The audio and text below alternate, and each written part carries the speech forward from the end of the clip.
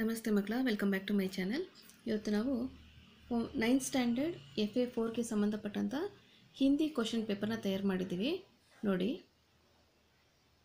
First main half into 2 1 mark. Second one half into 2 1 mark. Next main half into 2 1 mark. Next 1 into 2 2 marks. Next main 1 into 2 2 marks.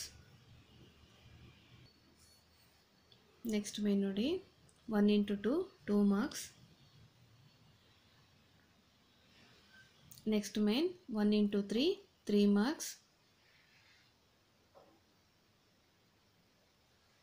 Next main 2 into 4 8 marks.